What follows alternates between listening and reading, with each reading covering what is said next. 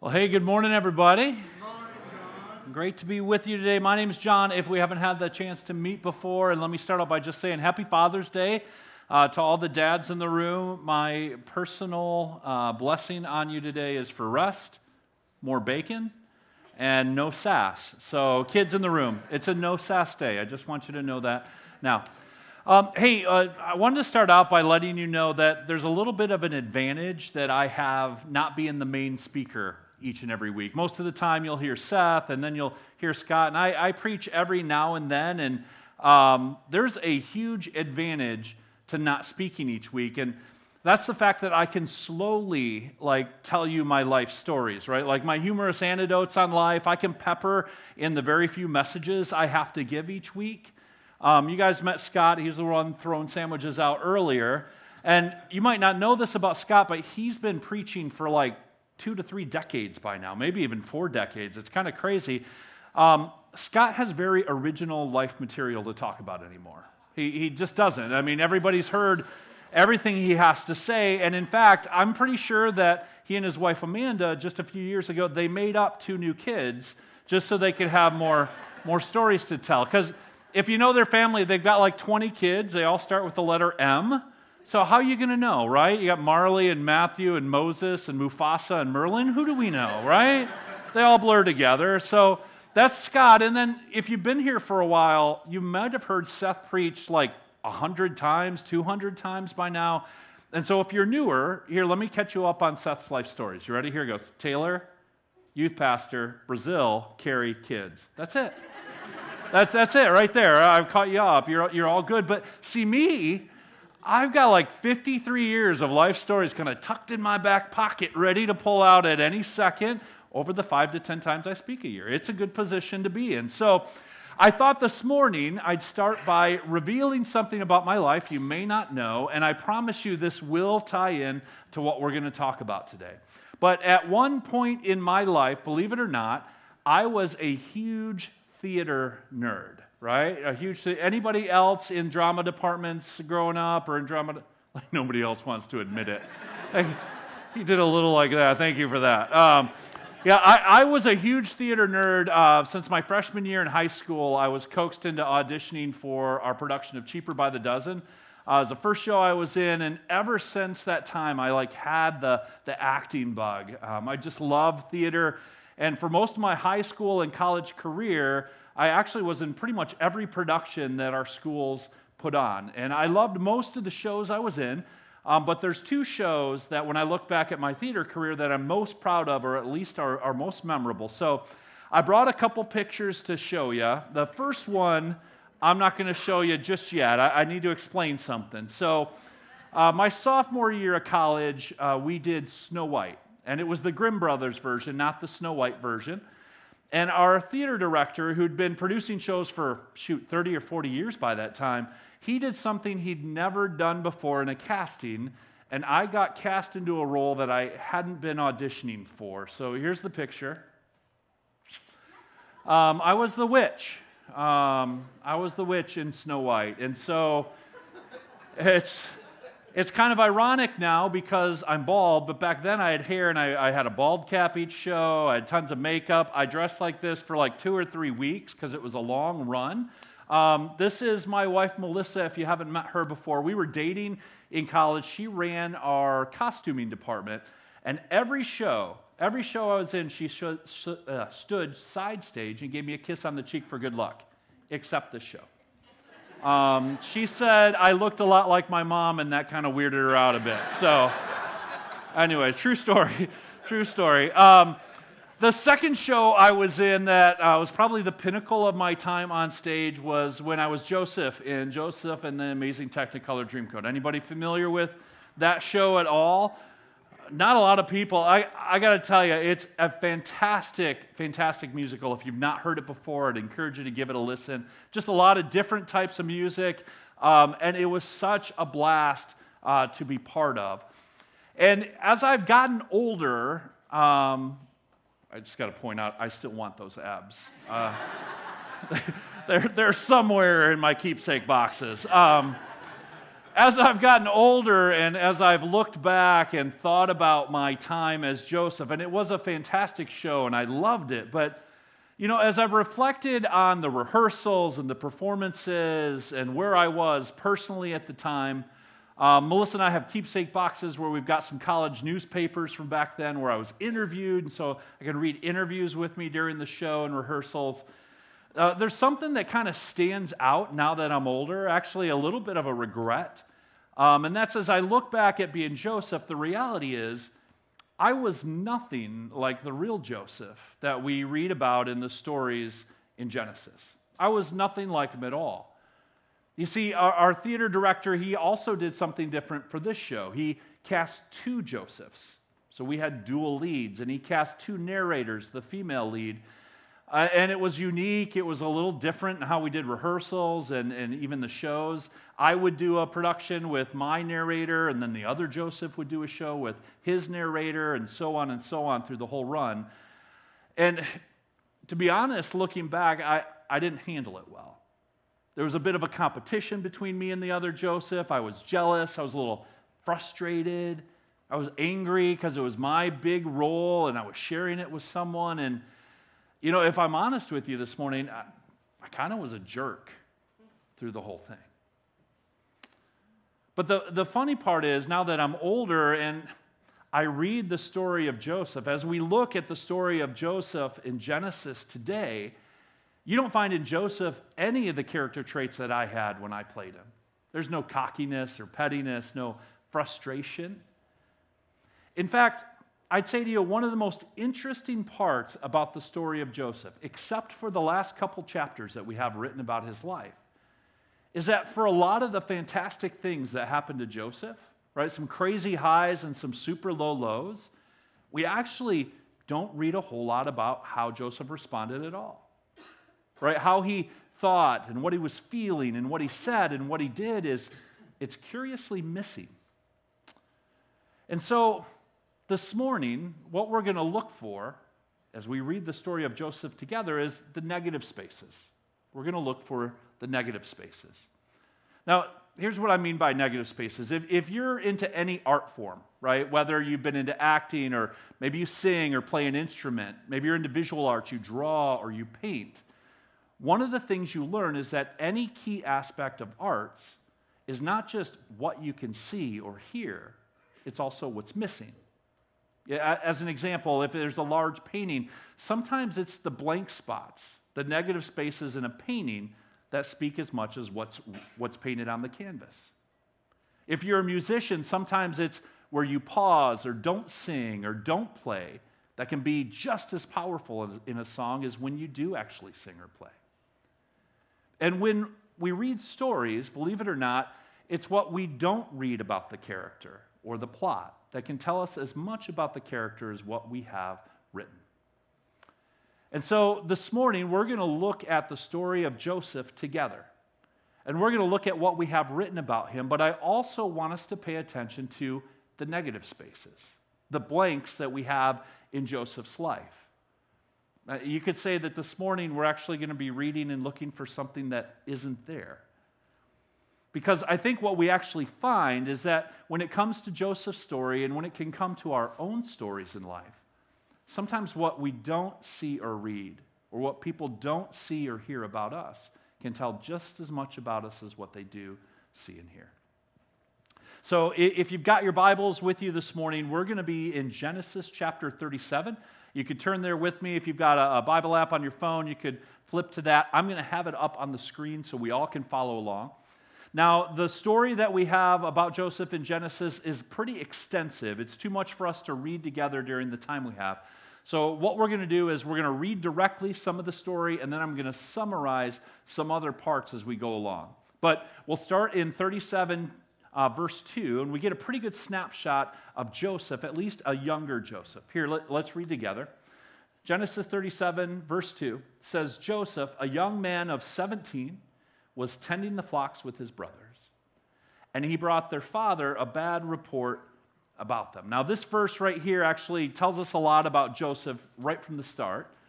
We learn that Joseph and his brothers are shepherds. They watch sheep, pretty common back then at that time. He had brothers. In fact, there was 11 brothers, 12 of them in all, so large family.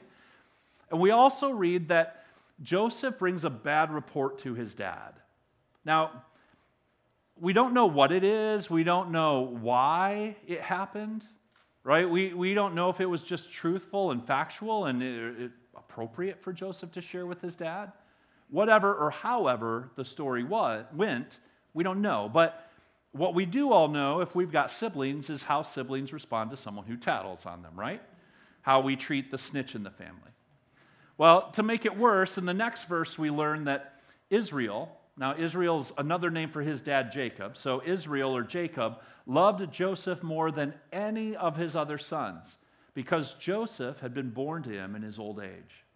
And so Jacob made an ornate robe for him, right? This is that Technicolor dream coat. And so not only is Joseph a bit of a snitch, but Joseph's also daddy's favorite.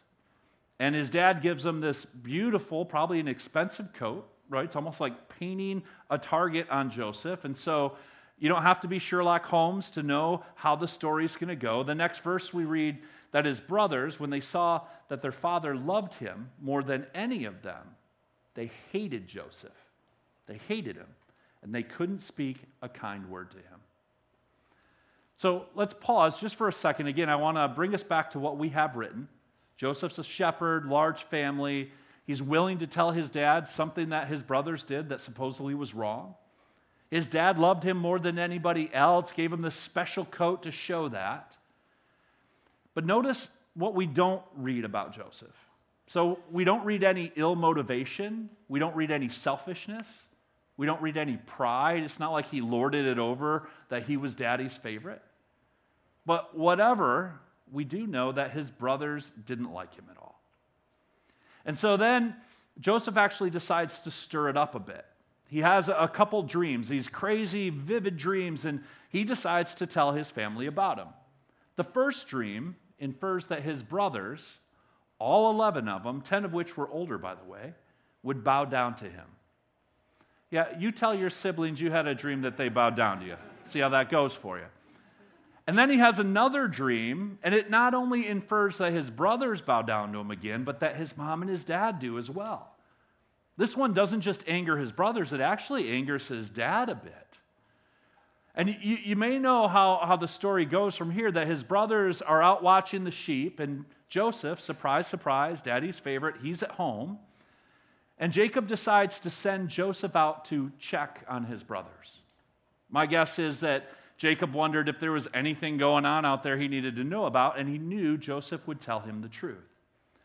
And so he sends Joseph out, and his brothers see him from a distance. They hate his guts, so they conspire to kill Joseph. Now, one brother actually talks them all into just throwing him into a well. And during this whole section, right, when all this is going on, we get lots of thoughts and feelings and words and actions from his brothers. But conspicuously missing is how Joseph responds. Here, look with me for a second. It says, so when Joseph came to his brothers, they stripped him of his robe, the ornate robe he was wearing, and they threw him into a cistern. Now, a cistern's just a well. This well had no water in it at the time. And then, like any good brothers do when you're half naked down in a well, they sat down to eat their meal. Right, so remember, he's ambushed. You got to imagine he was kind of attacked as he came up. He wasn't expecting it. They ganged up on him. They stripped off half of his clothes. They didn't lower him into the well, most likely. They probably dumped him. He's down in this bottom of a well, and then we read they bring him back out. They actually sell him as a slave to some traveling caravan. And yet, we don't read any response from Joseph. We don't read any of it. I mean, think about if that happened to you, right? If someone did that to you, how would you respond? I know how I would respond, and let me tell you, my response probably would have made it into the story because it would have been a big response. You know, if my brothers, I got lots of brothers as well, if they kind of ambushed me and tried to rip most of my clothes off, yeah, I'm fighting back, right? I'm fighting back. I'm not a good fighter, by the way, but I'm like a Wolverine up against an electric fence for 2 minutes, right? I'm swinging wildly, and I don't know how to fight, but I'm connecting a few. And then you decide to dump me in a well, and get this, you leave me in the bottom of a well, half naked, while you make a fire, prepare dinner, and sit down to eat. You know what I'm doing? I'm yelling some stuff up at you. I am. I'm yelling up from that well. I'm yelling some not suitable for work stuff up from that well. I'm probably making disparaging comments about your mom while I do that. And then you pull me out of the well. You literally negotiate to sell me as a slave to a bunch of foreigners I don't know. I'm probably desperate, right? I'm probably scared, and I'm begging and pleading and crying. But we get none of that from Joseph, right? If he did respond, if he did fight back, if he did say anything, it's not recorded for us. In fact, the only thing that we can surmise, the only clue we get, is from what happens next in Joseph's life. You see, he's sold to that traveling caravan. He's actually dragged down to the land of Egypt, quite a ways away. He's resold to an Egyptian official named Potiphar. And we all know how this plot line goes, right? How many of us have seen Gladiator? Like 25 times, right? It's late night TNT every single night, right? Joseph's going to be angry and sad, and then there's going to be an uprising, and he seeks revenge. But that's not at all what we read about Joseph. Here's what the story tells us. It says that the Lord was with Joseph so that he prospered, and he lived in the house of his Egyptian master. In fact, it goes on to say that when his master saw that the Lord was with him and that the Lord gave him success in everything he did, Joseph found favor in his eyes and became his attendant. There's no anger, no revenge, no, oh, woe is me from Joseph at all. Right? Even though he did nothing supposedly to deserve this, what was happening to him was unfair, we don't see his response.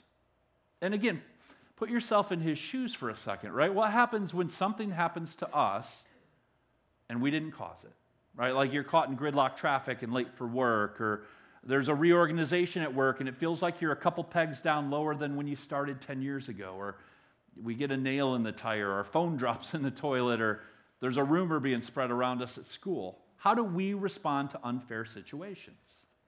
Frustration, anger, defense? But with Joseph, all we can kind of assume is that he just kept going. That Joseph did the best he could in whatever messed up situation he was thrown into, and God was with him through that. In fact, the story goes on to tell us that Potiphar, the Egyptian official he was sold to, actually put him in charge of his whole household. He entrusted to his care everything he owned. Story goes on to say from the time he put him in charge of his household and all that he owned, the Lord actually blessed the household because of Joseph. So even Potiphar was blessed because of Joseph's steadfastness. And it's an extremely, extremely success story. Right? It's a story of someone from rags to riches, and that's typically what we focus on with Joseph. But again, I'd like to submit that what's missing from Joseph's story here maybe tells us as much about Joseph as anything else. Right? There's an assumed diligence. There's an assumed steadfastness, an assumed resilience in Joseph that God honors by blessing him. And maybe you're a cynic in the room. Right? It could be as we read this story, you're like, well, God blessed him, right? So, of course, Joseph kept going because God was blessing him the whole time. And let me add to your cynicism, the story actually tells us that Joseph was also well-built and handsome, right? He's a good-looking guy. So, it's kind of like our golden boy has everything working in his favor. But if at any time we jump to a conclusion that Joseph is just some lucky, spoiled brat in life, look at what happens next in his story. It says, after a while, his master's wife took notice of Joseph and said, come to bed with me. I mean, he was good looking. She noticed him. And your translation, probably like mine, has this little exclamation point at the end. That actually doesn't exist in the original language because there wasn't punctuation in there. But what it indicates here in our translation is that this is a command. It's an imperative, right? She's not saying, hey, Joseph, do you want to do this? Or, hey, Joseph, this would be fun or nice. She's commanding him as her slave to come do this. And so Joseph, look how he responds here. He says, with me in charge, my master, your husband, by the way, does not concern himself with anything in the house. Everything he owns, he's entrusted to my care.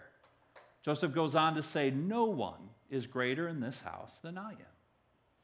Now, it might seem like Joseph's bragging, but he's not. He's stating fact because he's about to refuse her. And here's how he says no.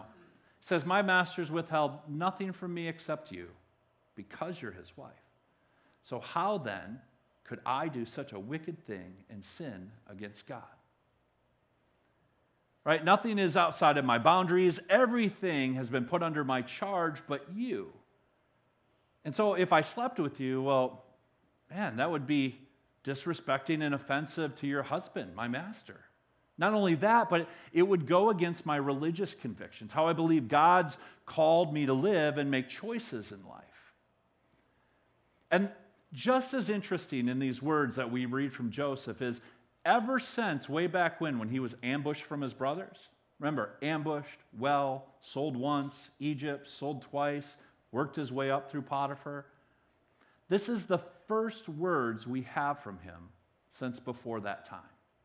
His first words that are recorded for us.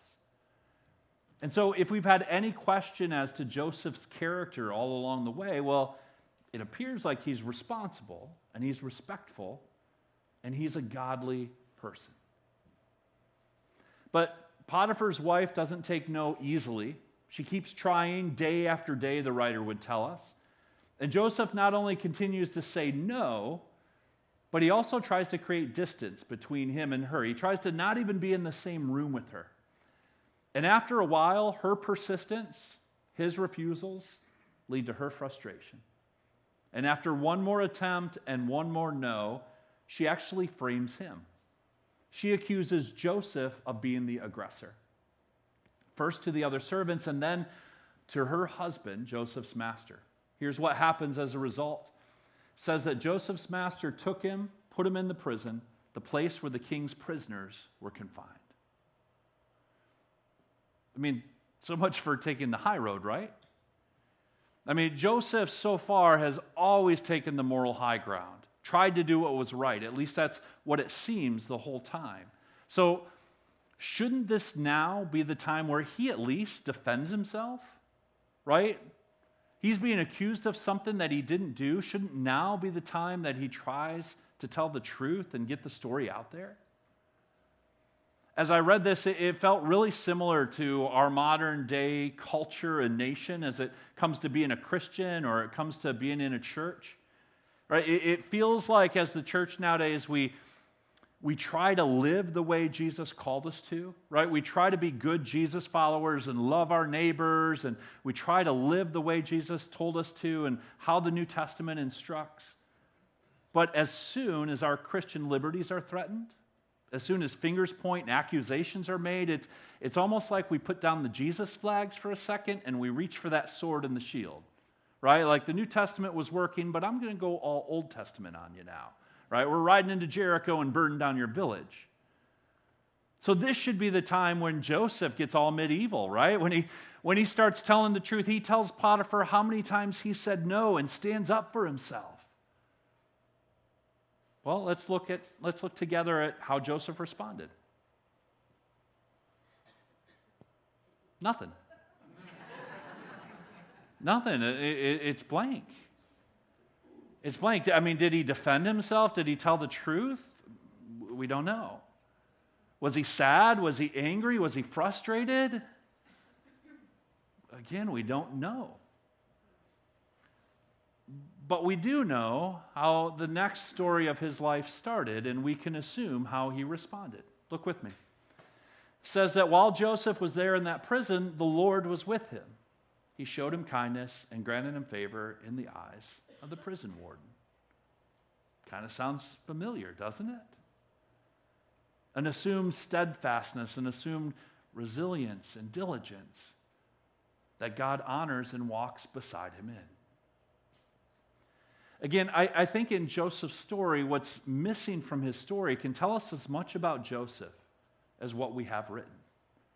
And I think there's a ton of lessons we can learn from Joseph's life, but one of those lessons is that sometimes what isn't evident can tell us as much about someone as what is evident. And the same is true for our lives as well.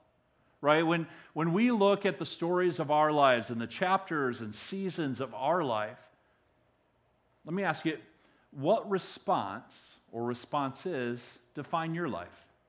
Right? When you think through various chapters in your life, especially the hardest ones, like chapters of grief and loss, chapters of catastrophic trauma, how did you respond? What would define your response? Would it be defined by anger and outrage or sadness and grief?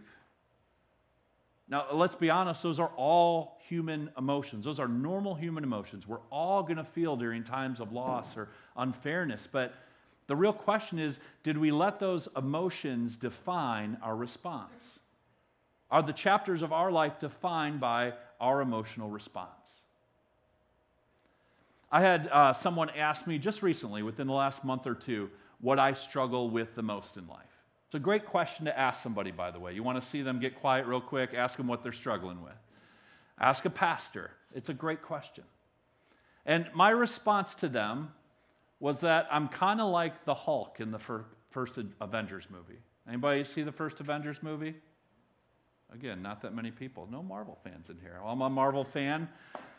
In the first Avengers movie, let me explain to you. So, Bruce Banner, who turns into the Hulk, they want him to turn into the Hulk, and so he tells them what his secret is.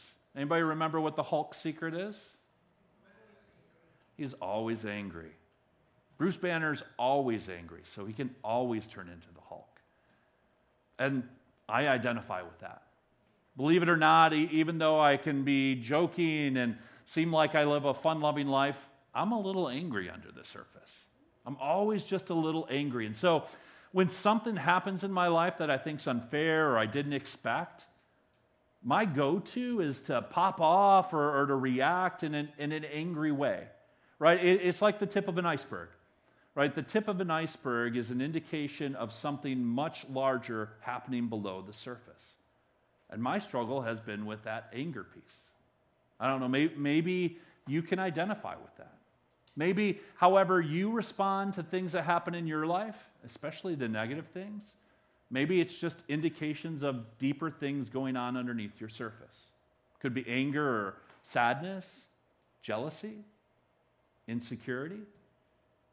And if you think long enough about how you respond to things happening in your life, it's probably a good indication of stuff going on underneath the surface.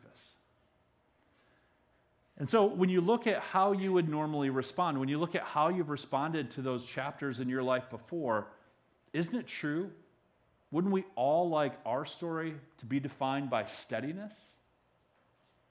Wouldn't we all like our life stories to be defined by faith-informed responses rather than emotional knee-jerk reactions?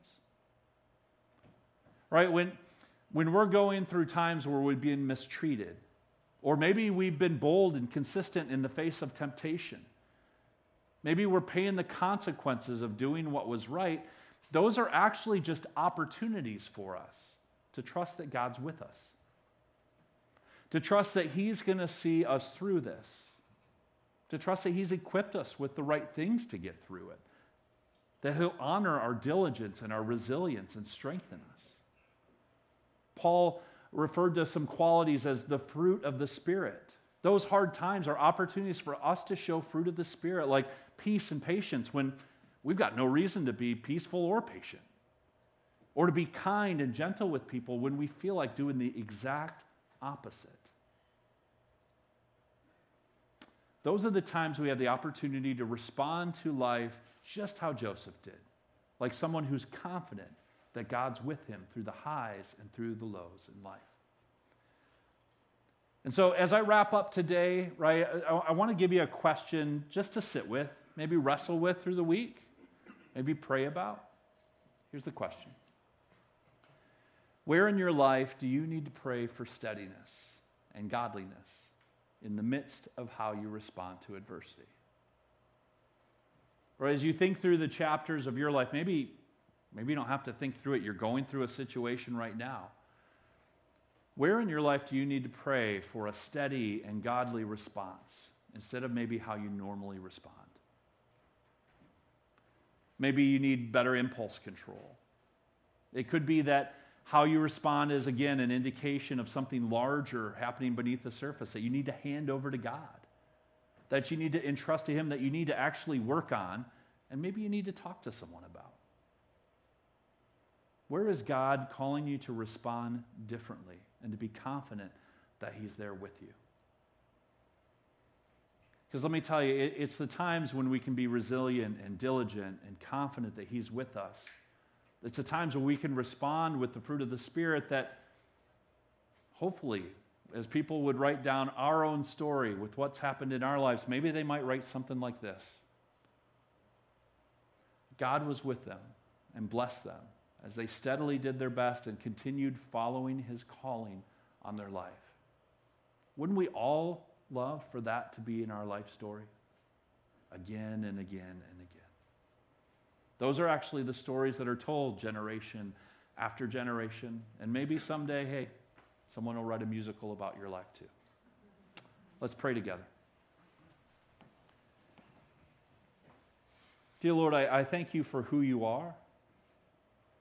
A God who loves us, a God who is with us, a God who can strengthen us no matter what we're going through.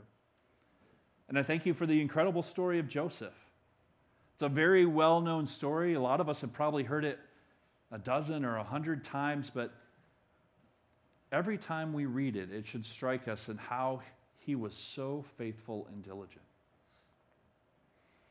That in addition to what we read and see in his life, there's things we don't see and read that cause us to believe that he was leaning on You, that he was able to respond to no matter what life threw at him with faithfulness and steadfastness. Help us to be able to be honest, to be able to hand those over to You, and to be able to move in Your direction in how we respond. In Your name we pray. Amen.